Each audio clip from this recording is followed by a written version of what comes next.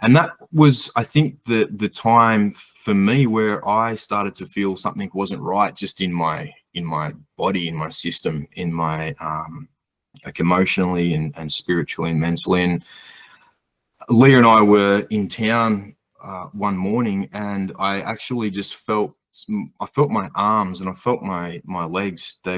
Something wasn't right. And I said to Leah, I'm not feeling very well. Something's wrong.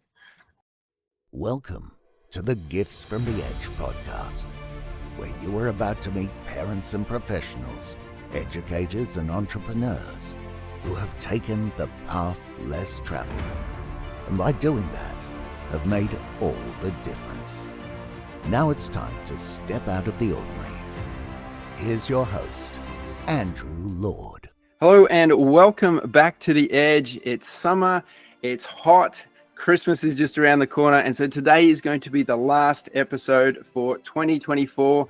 It's been an amazing year, so many incredible guests who have been to the edge in life, that dangerous and scary place where we feel like sometimes we're losing our very souls, and yet they have made it back and they have incredible gifts to share.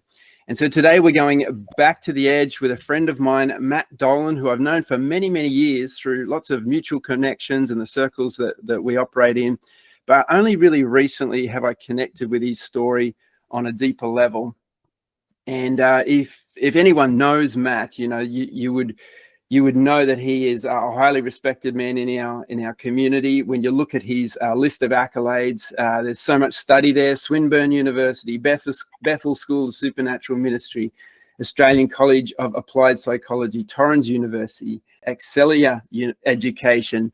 If you Google his name, you will see a whole bunch of videos of television appearances and all sorts of amazing things. But today we are getting to share some time with him, which I am absolutely thrilled about. So, Matt, it's so good to have you here. Thank you for joining us today. It is an absolute honor to be here, Andrew, with you. Thank you so much. It really, it's great to be here. Thank you. Yeah, cool. All right, so let's get into it. In the intro there, I just listed a whole bunch of different studies that you've done. Can you tell us, like, is that who you are? You know, you're an avid learner. You just love getting in and studying things. Look, I'm not the world's most academic man, but I do love to learn. I really love to learn, and so yeah, I've got some. Yeah, I've learned some bits and pieces throughout the time there. It's a good thing to do. Keep our brain active. Yeah, and I think people who I feel the same way, who love to help others, also love to learn as well. It's a sort of a natural hand-in-hand thing. Yeah. Most people who know you, I think, would probably know you in that ministry setting. That's definitely how I heard of you originally, and I think way back we did a little songwriting workshop for a group of young people together. That was a bit of fun. But can you just tell us, how long have you been in that space? Actually, let's go back just a little bit further. How did you get into that space? Wow. Okay. Well, look, it's been an interesting journey. My family. When I say family, well, I'll tell you about my parents. They have been involved in, I would say, what we'd call ministry for a long time, and some of my earliest memories from them were actually when they went into the prisons in and around Victoria. Wow. And so when I say they, my dad, who is a beautiful singer, and my mum plays the piano, and my mum and dad, and then a couple of my mum's siblings who were also musicians, and a couple others from their church would go into the prisons in and around Victoria, and they would bring a gospel message and play gospel songs. And my sister and I have a sister, one sister, Naomi. We actually went in and sang with them once as kids, which was quite incredible. And so that was that was, I guess, some early memories around outreach and what it meant to actually bring the gospel into those environments. And then also, around church environments, we were always involved with family around church, and we were always sort of doing something. That's just what we did, And you so grew up in that, yeah? grew up in that, And so I started playing guitar. I was probably 7 or 8 years old. And I just really wanted a guitar, and I would just sit on the edge of my bed and just play the guitar for hours. And sometimes Naomi would sort of, come in and say, "Matt, do you want to give it a break now? You've been playing guitar for ages." But I just love that, and so I suppose it's probably just been a natural thing in my journey around ministry. And then I had this sort of feeling that would probably be something I would do in some sort of capacity, but I never really knew what that looked like. And so that sort of led into a transition into more of a full-time role around ministry. And I can talk into that if you want, but Yeah. How were your parents with that? Like, because I can imagine there's a lot of young people who sit on the edge of their bed strumming their guitar, and the traditional response, I guess, from parents is, okay, that's fine, that's your hobby. Let's push in other areas to make sure you're secure. Like, I'm just curious to know, what was your parents? That's a great question. That's a great question. My parents they've always been fairly relaxed and fairly open with the I guess with the decisions that we would make around the journey around work and business and goals around that. Their biggest focus was, is God in it? Is God in what you're wanting to do and what you're wanting to pursue? And like, to be honest, like my journey from the end of school into ministry, I had probably around 5 years where, I didn't quite know what I was doing. I finished year 12 and I went back down to uni down in Ballarat.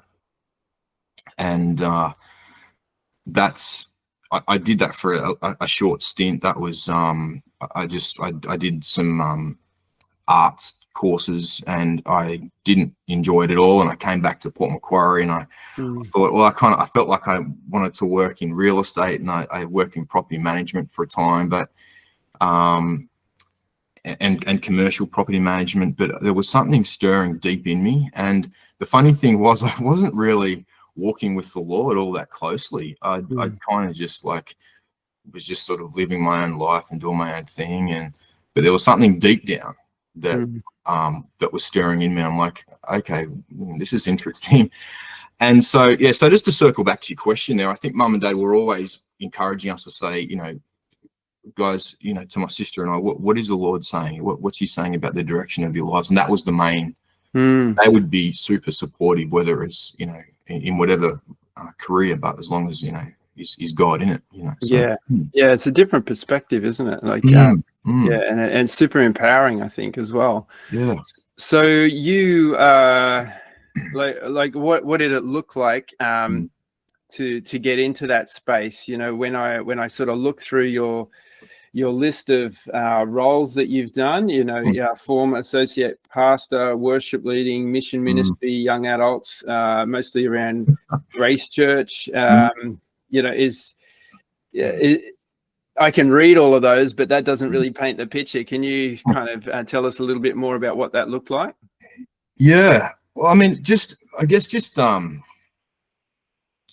before that, I had some really wonderful times in church, in and around church, playing music and supporting Mum and Dad with that, and just touching on that as well is that when my parents would get involved in the music and the worship at a church, it was just an automatic, it was just, I guess, an automatic response that, hey, Matt, can you play guitar as well? Could you help us with what we're doing? And you just sort of flow with that. And so that was fine and that was good, but that also maybe didn't allow me to find my own feet in what that looked like. So so I sort of stepped back from that for a time, and then as I started to then I really felt the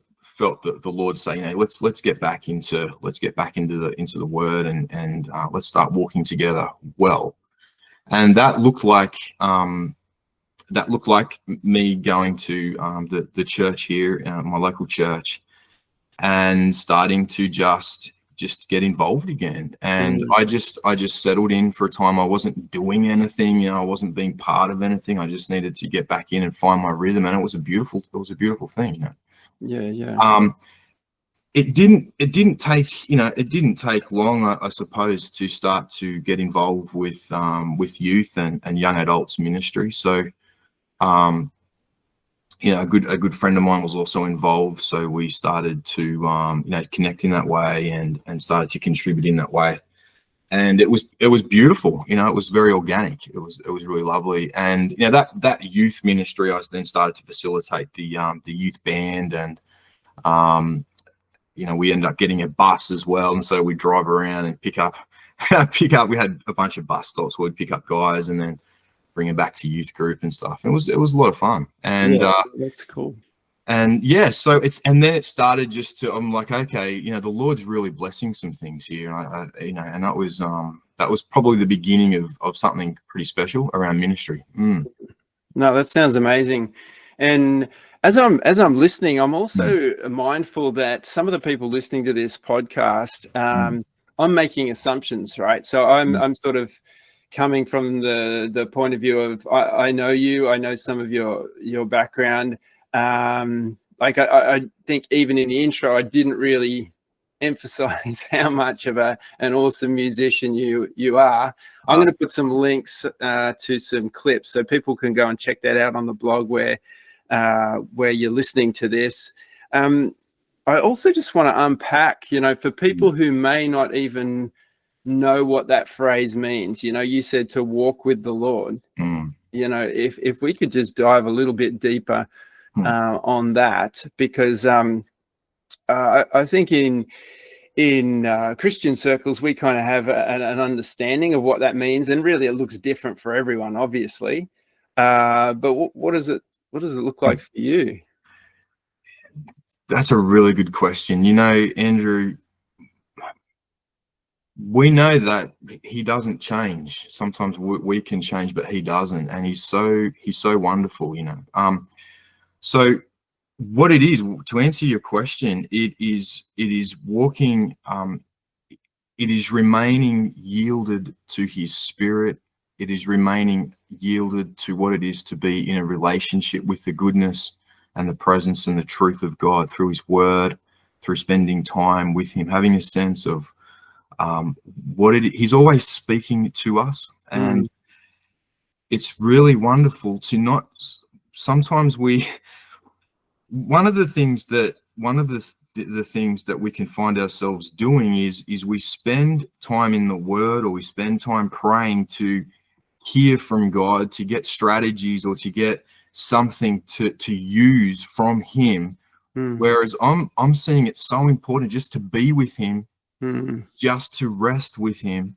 And one of the things that I love is, and I come back to it all the time, and have been coming back to it more recently, is that in the book of Genesis, God and Adam would walk together in the cool of the evening. That was the plan.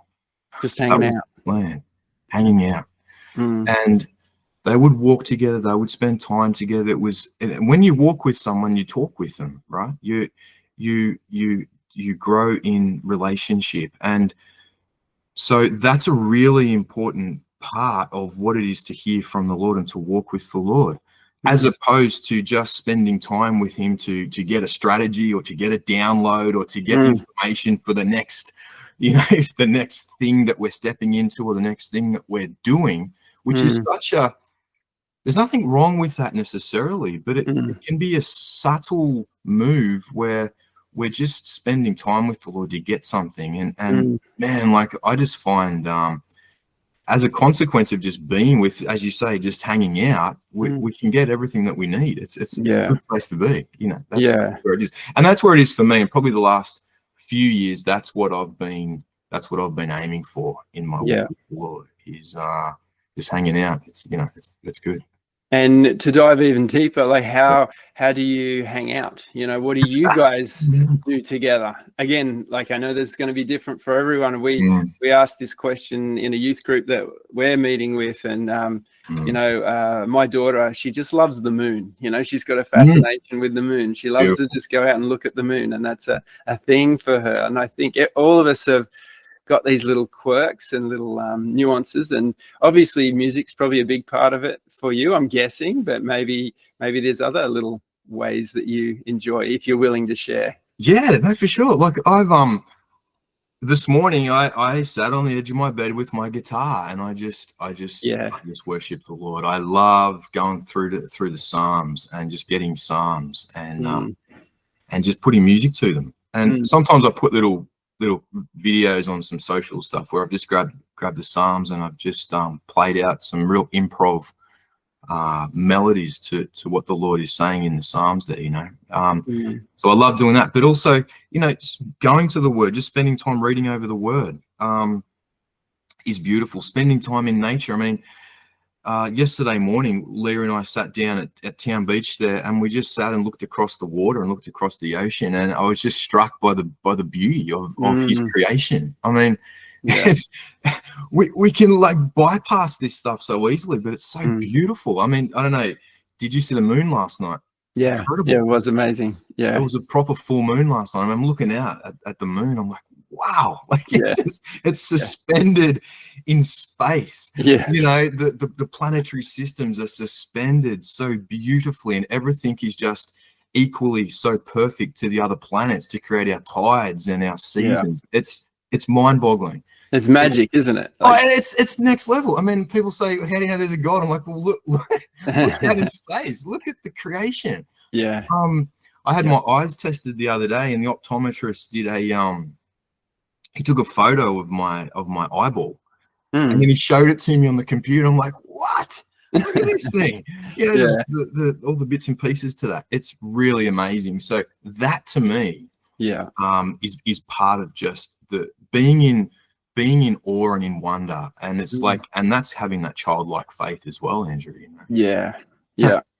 Yeah, no, I can hear the excitement in your voice, and I'm totally relating to it. You know, I loved spending time in nature as well. We got a special program that's built all around that, and it's a beautiful thing. I wanted to ask you about music. You know, music's something special as well. Like there's I don't know if you have heard The Magician's Nephew. I don't know if you ever or read The Magician's Nephew by C.S. Lewis. It's the one that comes before The Lion and the Witch and the Wardrobe. And there's this scene in there where Aslan is, you know, creating creating Narnia, you know, and he's singing, and the different notes that come out create all these different elements. And so, and the really cool thing I love about that story is that when the land is still fresh and new, they're still walking around in it. It's still vibrating. It's still, you know, got I don't know, it's not echo. It's just vibrating with the sound of the song, so that if you drop something into the dirt, bang, it'll like pop up straight away. And for those of you who are listening who know the story, you know, that's how the lamppost, that's like the spoiler alert, you know, that's how the lamppost got made. So I guess why I'm saying all of that is, you know, something special about music. And just on that, because music is waves, music is it's this beautiful harmony. It's harmony. So everything that we're even hearing in nature. So you're probably hearing, everyone's hearing if you live on the East Coast, you're hearing the cicadas. They create this level of harmony that is matched to other cicadas that are all grouped together. And so what you're talking about creation, that's all waves. You know, these waves that come through music, these sharper, closer waves, these lower notes make fatter, smoother waves, so to speak. And everything works in harmony, as does nature. Even if we can't sometimes see the waves around us, music is something super powerful. And it's actually part of the harmony that we have in the universe that God's put together. It's wonderful stuff. Just as you're sharing that, I'm just thinking back to what you said about the moon and looking out at the ocean and seeing the beautiful creation, and it's almost like it's a spectrum. What we can see with our eyes, we can't see the sound waves necessarily, but we feel them in a different way. It's all around us. There's music all around us, isn't there? Beautiful. It's all there sure is. It's awesome. Yeah. That is I love that you get you get a little excited by that as well. It's so cool. Oh, it is. It's mind-boggling and exciting all at the same time. Yeah, cool. All right, so let's talk about you have a new business now. It's called Brightside. Is that right? That's it. Yeah. When I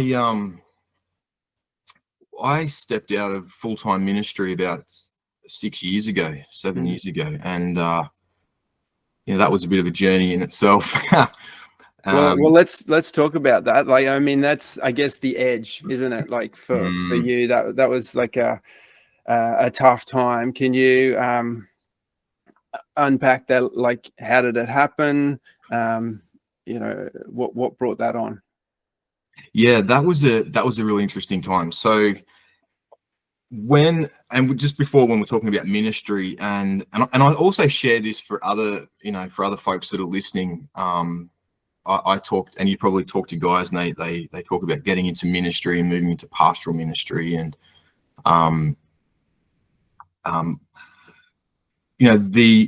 typically what happens is when you're involved in youth work or young adults work, you'll start to, I did some theological studies, which is part of that as well, which is a good grounding, and then you start to become more involved in the mechanics of ministry. And for me, started to transition into the worship ministry. And at the time, the local church I was involved in, there was probably 4 to 6 people on the team, and then that was an area that the leadership wanted to build. And within a couple of years, so I was appointed to run that in a worship pastor role, if you like titles, which I'm not really a fan of anymore.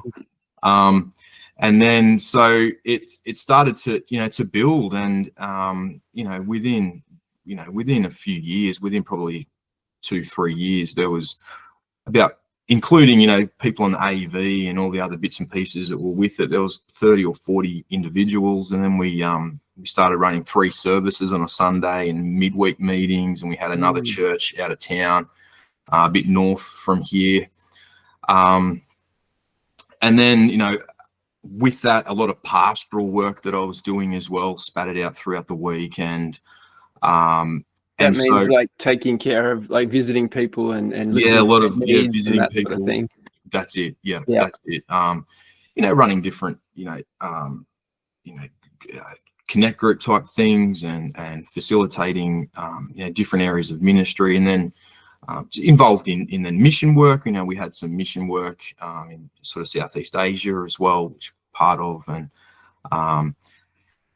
so you just find yourself that things start to just snowball, and you start getting involved in all sorts of things. And then, as happens in the life of a church, there can be situations that happen that involve some pretty messy scenarios. And so when I say we, so Leah and I sort of also found ourselves, we were interim senior pastors for a time, just to sort of hold some situations together that we were walking through. And that was, I think, the time for me where I started to feel something wasn't right, just in my body, in my system, in my like emotionally and spiritually and mentally. And Leah and I were in town one morning, and I actually just felt my arms and I felt my legs. They weren't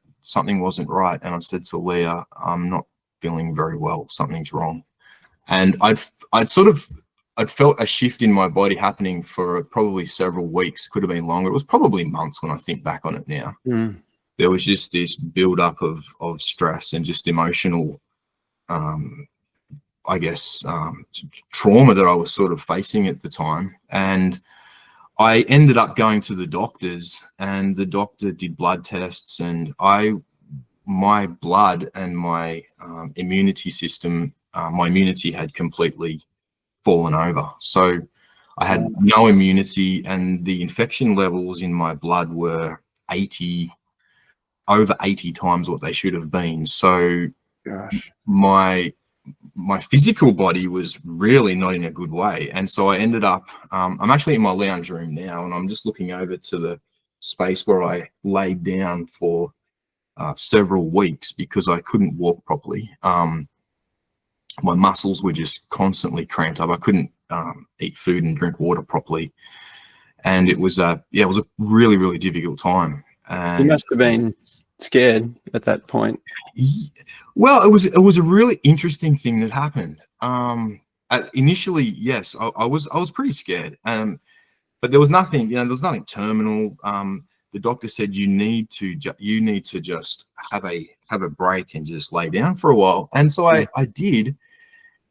And the interesting thing that happened with that is that after a few days, I really felt the Lord saying to me, this is where I just need you to be for a while. This is where I need you to be, so I can just minister and just love on you for a time. That's what happened. And wow. And so he just poured his love out, and I was just, in Psalms 23, where the Lord leads us by still waters and he makes us lie down in green pastures. That's where he was making me lie down, man. And people read that and it's like it sounds really lovely, but it's actually when God makes us lay down, sometimes it's not always pretty. It's sometimes when we've sort of hit the bottom and we just need some we need to restore our health, and that's what he was doing in that. So, and that was the beginning for me to say, okay, I've got to change the way I do things and change the way I do life. And that was a bit of a catalyst. And it puts into perspective what you said earlier on as well about just resting together and hanging out. I guess you learned that at a whole new level during that season. Absolutely. I thought I had done that well. I thought I had actually understood what it was to just rest in the Lord and spend time with him and do all these lovely little things that we often do as Christians. And I hadn't. I had probably done the opposite. And so my life was all about getting things done, keeping things, keeping the big wheels of structure moving and keeping the cogs oiled and having all the programs running well all of the time. And then we wonder why, in burnout, I don't know what the statistics are, but it's something like 80% or something where, full-time pastors in pastoral ministry get burnt out and they really struggle. It's because we're constantly trying to better ourselves and do it better the next week, and it's this kind of performance thing, and sometimes you don't even know you're doing it until you find yourself kind of wiped out, so to speak. So it's painful, but it's also good. It really starts to realign and reset how you do life and how you walk with with Jesus in the day to day. And we sing this song at church at the moment, and the little bridge part is it's not about performance or striving for perfection. And that's so true. We've got to come back to that. Come back to that simple place. Which is and good. How common is that performance agenda? Like I run a program called Activate, but as I get up, and it is all about finding your thing and doing it.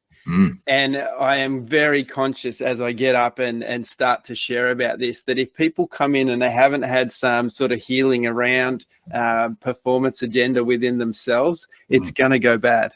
because what they're going to hear from me is that, you know, God loves you better when you're doing well, or God loves you better when you're, you know, reaching these goals or serving other people.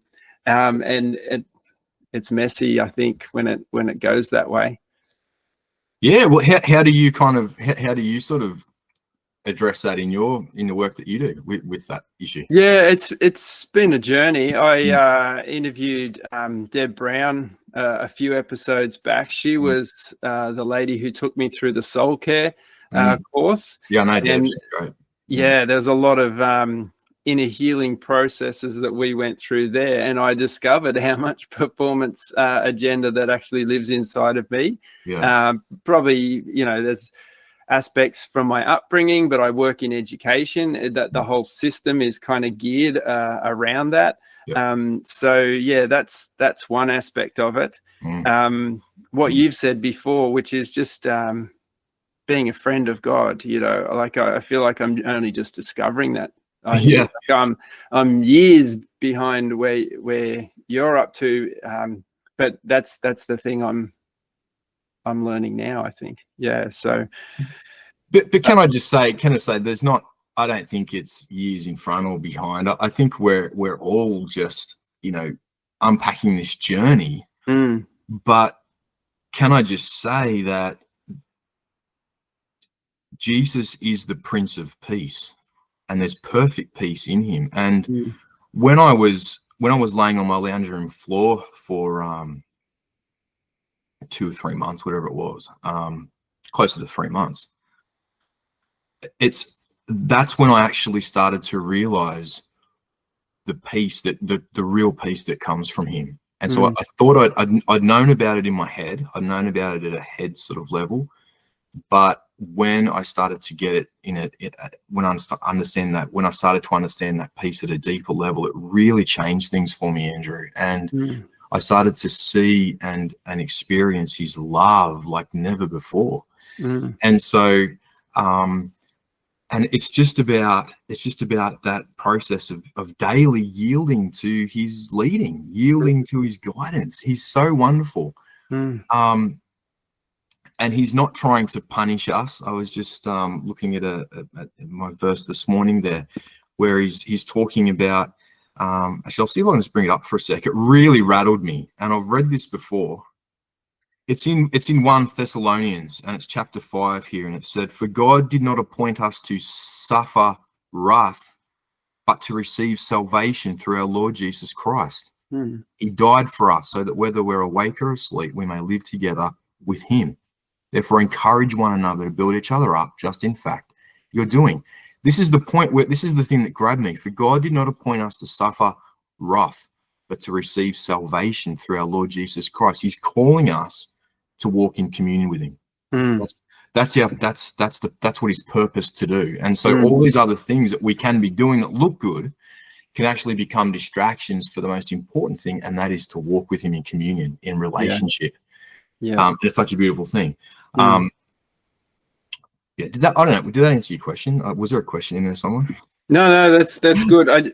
I think what you're talking about, the yielding, you know, it's really about a state of mind, and it is about that state of mind is built on trust of the God is good, essentially. You know, I think that was one of the things that I really had to come to, and I guess one of my edges I've had many over the years was that realization that God is good. You know, I remember there was a time where if people walked up to me and said, you know, I've been looking at the Bible, I'm thinking of becoming a Christian, I would have said, don't do it. Just don't do it.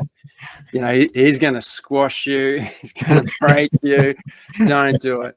So that's where I was at. You know, I was not a good representative, or I didn't have a lot of faith at that point. I was hanging in there kind of by my fingernails, but the revelation, I guess the gift from the edge there was he's actually good. He doesn't want to destroy me. You know, I knew that academically, but I needed it to get it at a deeper level. I needed to believe it in the context of my life and start seeing the things around me that were evidence for that. It's good. And I think that brings us back to what we were talking about before as well, which is all around us is magic. You know, all around us is amazing reasons to see just how good he is, you know. Absolutely. So that's really cool. I do want to talk about your new business, but just I had a question, and feel free to kind of skim over this one if you like, because I know you want to be respectful, but I also I'm curious to know what's your opinion of the system, you know, the church system as a whole, you know, we're talking big picture here, you know, that you have operated in, and essentially, like it's arguable that you owned all the choices that you owned, they were your choices, but led you to this place of burnout, you know. That's a huge question. That's a really good question. It's a massive question. Wow.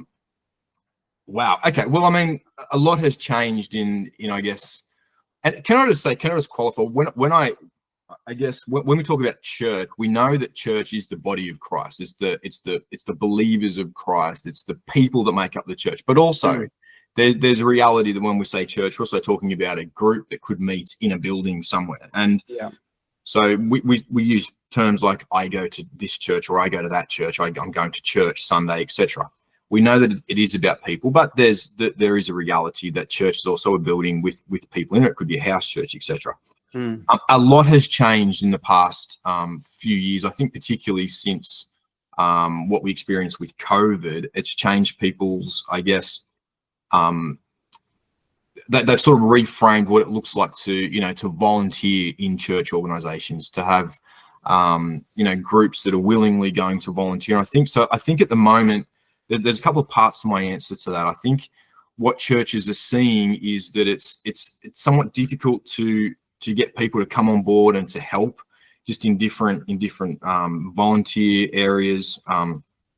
It's a little bit difficult to get traction in different ways around the way church is being done. And that's because we're still trying to do church the way that we've always done it for the past, 5, 6, 7 decades. And it's just not working anymore. And people will say, well, it is, it's not, it's kind of broken. Does that then, if pastors, and I use the term pastors in that organizational context, does that mean if they're trying to keep that going and they can't get volunteers, it's all on them at that point? That's right. It is 100% on it is. And I think even pastors are stepping back and just saying, okay, I need to reset, I need to reframe, I need to look at how I'm doing things, and I need to change it up. And my point is, and this is something that I've learned as well, is that we must hold things loosely. We have to hold things loosely. For a long time, we've been, we've had the white knuckles. We've had the white knuckles when we've been holding onto everything so tightly, and we've got to let stuff go. That's the only way we're actually going to start to see growth and to see progress in all sorts of ways. When we were talking about performance earlier, that was really interesting, because oftentimes we think performance, it comes down to how much we do, and even how much it looks like we're doing or it feels like we're doing. And sometimes we've got to step back and we have to use time differently. We have to use energy differently. One of the things that I've learned through my burnout is that we all only have a certain amount of energy in our lives in a day. And so sometimes we're putting energy into the wrong areas. It's so good to look back and say, all right, what am I going to put my energy into today? What do my goals actually look like, and what are they for? What's the motivation around these goals that I have in front of me? That's a really important question. Now that's, there's a lot in that, but it's really important to step back and to look at that. What's the motivation around what I'm doing? Is it because there's an expectation on me from others? Is it because I'm wanting to look a certain way to others? Is it because I'm doing this thing because I have some unmet or unresolved issues in my own life that I feel like by doing this, it's going to fix it up? And so that ideology can even creep into the way that we do church, unfortunately. And so I think more people in the body of Christ are just stepping back, taking a bit of a look. I always think it's really the way that we breathe, Andrew. We breathe in and we breathe out. You can only breathe in for so long. You have to breathe out. Yeah. There has to be a point where you breathe out. Yeah. And there's just as much life in breathing out as what there is breathing in. You can't just do one or the other all the time. So good. These sorts of issues that we're facing at the moment in church, in families, in our lives, involve stepping back, taking some time, and just reflecting, giving ourselves some space to work through some things. I think, to circle back again to your question around the state of the church. God doesn't change, but sometimes we do. And so I think bringing into focus why we're doing things in the way that we're doing them is really important. Are we coming back to our first love? One of the things, I was in the car yesterday, and that was something that the Holy Spirit was just putting on my heart there about what it is to come back to your first love. What does it look like to come back to your first love? To be uncomplicated, to not have any agendas, and just rest in that place.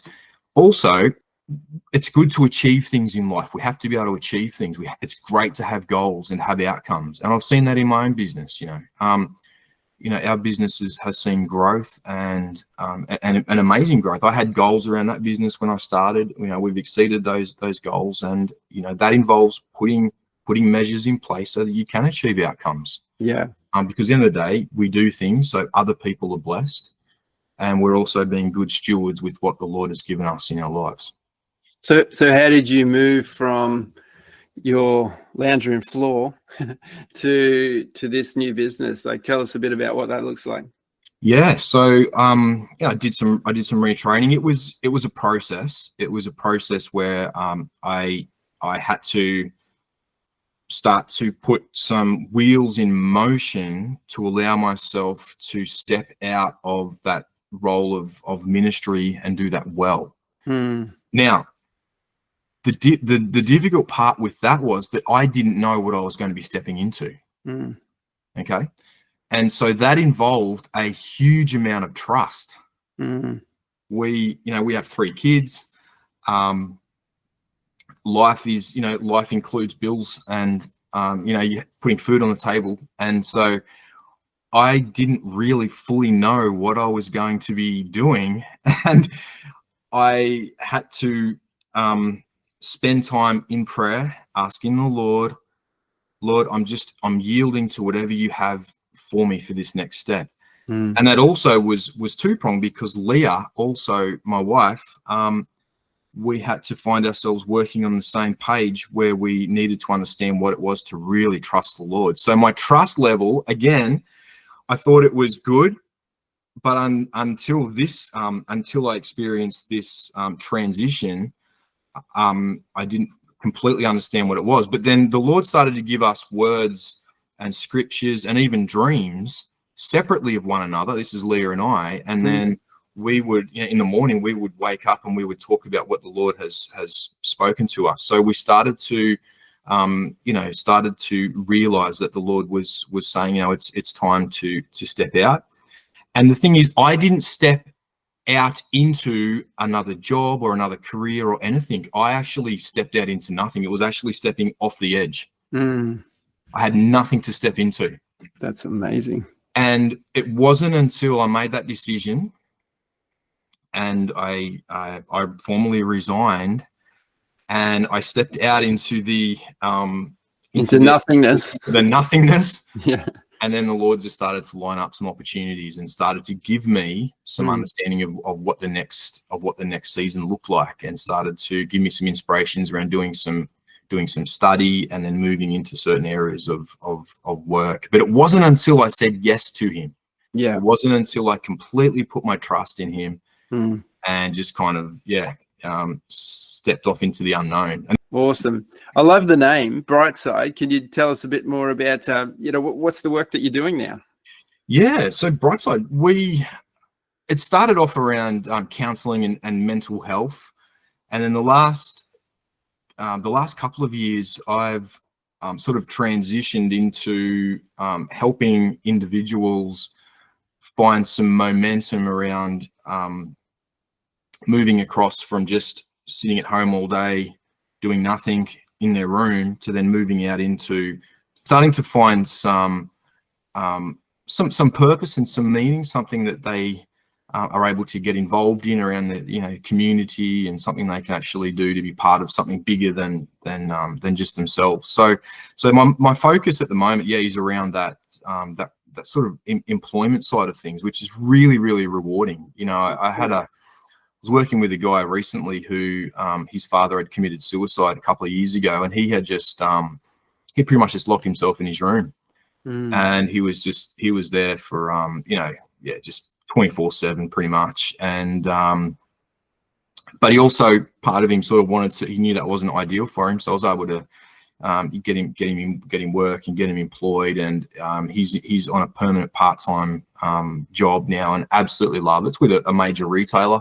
And he's now helping his mum out at home. He doesn't need to be asked to do things, and his bosses are loving him. It's just, it's just fantastic seeing those sort of outcomes where guys start to pick up momentum. There's been, multiple stories like that. So, I've got a training space in the middle of town, which I use, and at the moment we're just working through some connections with. I was actually praying about the business recently in the car, and the next day I had a call from quite a big vocational college, just asking about how we can sort of bridge some gaps. And then the following day I had a call from a public school asking a similar thing. So we're just working through what that can look like at the moment. So fantastic. I just keep trusting the Lord with everything, Andrew. Yeah. That's the way. No stress, no dramas. Just be. I say to you guys, just be consistent. Whatever you're doing, be consistent. What does that consistency look like? Just be consistent, and and just keep trusting the Lord in everything that we do. It's really important, Fantastic. Very recently we interviewed a guy, Zeph, and he's a couple of episodes ago, and that was one of the key ingredients of the Master the Code challenge that he helped to facilitate. Consistency is the last piece of that puzzle, and so it's great to hear you echo that as well. It's so good, eh? Awesome.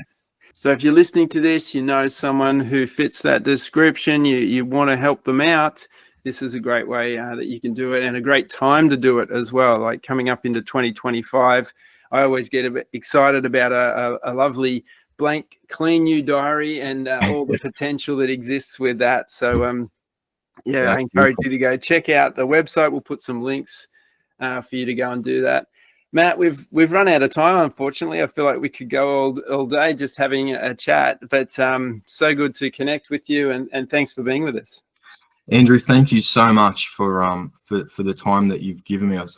I've just really enjoyed having a chat, and I'm loving what you're doing as well. I see some of your different business ideas and objectives popping up here, there, and everywhere. So, man, you're a man that's into things as well, and you're getting great outcomes, no doubt. So, all the best with 2025. It'd be good to catch up again.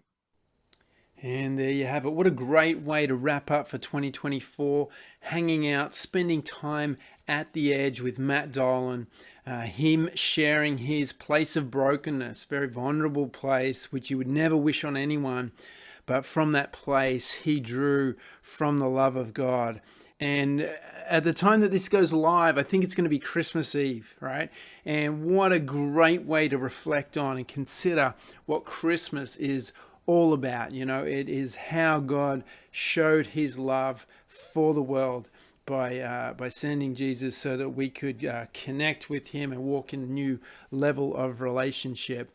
And I think that that's something that we can take as a gift going into 2025 as well. Resting, hanging out with the Lord, time in rest and reflection. And, don't get me wrong, I love the strategy. I love the how-to. I love the step-by-step. I'm a coach. That's what I'm all about. But there is something amazing to discover in just the rest, in just the hanging out space.